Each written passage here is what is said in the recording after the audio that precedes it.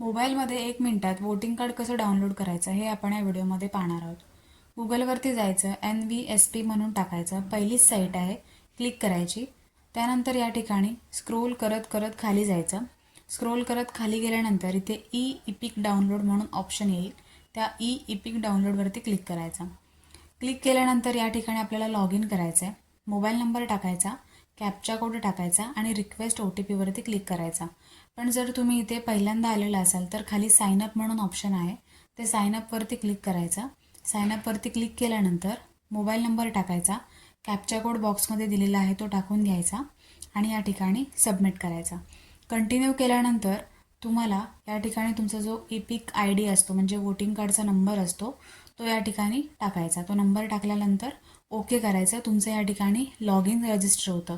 आता इथे आपण ऑलरेडी रजिस्टर केलेलं आहे म्हणून इपिक डाउनलोडवरती क्लिक केलं, मोबाईल नंबर टाकून घेतला, कॅप्चा कोड टाकून घेतला आणि रिक्वेस्ट OTP वरती क्लिक केलं.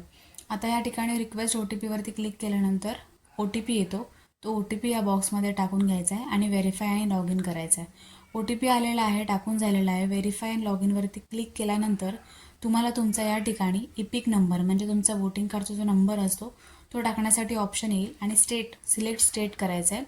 तर सिलेक्ट स्टेटवरती जो आपला स्टेट आहे महाराष्ट्र तो सिलेक्ट करून घ्यायचा.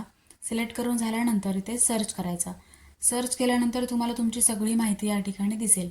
तुमचा जो वोटिंग कार्डचा नंबर आहे त्याच्यासमोर तुमचं नाव, पत्ता, वडिलांचं नाव, मोबाईल नंबर, ईमेल ॲड्रेस या सगळ्या गोष्टी या ठिकाणी दिसतात. आता आपल्याला वोटिंग कार्ड डाउनलोड करायचं आहे. डाउनलोड करण्यासाठी स्क्रोल करायचं. खाली या ठिकाणी ऑप्शन आहे सेंड OTP. त्या सेंड OTP वरती क्लिक करायचं.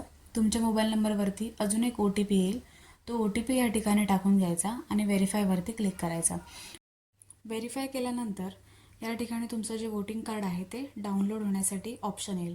डाउनलोड इपिक ह्याच्यावरती क्लिक करायचं आणि जी फाईल आहे ती डाउनलोड होईल. किंवा तुम्ही अगोदर डाउनलोड केली असेल तर डाउनलोड अगेनचा ऑप्शन येईल, डाउनलोड अगेन करून घ्यायचं. ही फाईल तुमच्या फाईल मॅनेजरमध्ये तुम्ही ओपन करून बघू शकता. आता मोबाईलमध्ये आपण ही फाईल ओपन करून बघितलेली आहे. ही PDF स्वरूपात आहे. त्याच्यामध्ये तुमचं वोटिंग कार्डचं फ्रंट, बॅक साईड दोन्ही साईड दिसतात.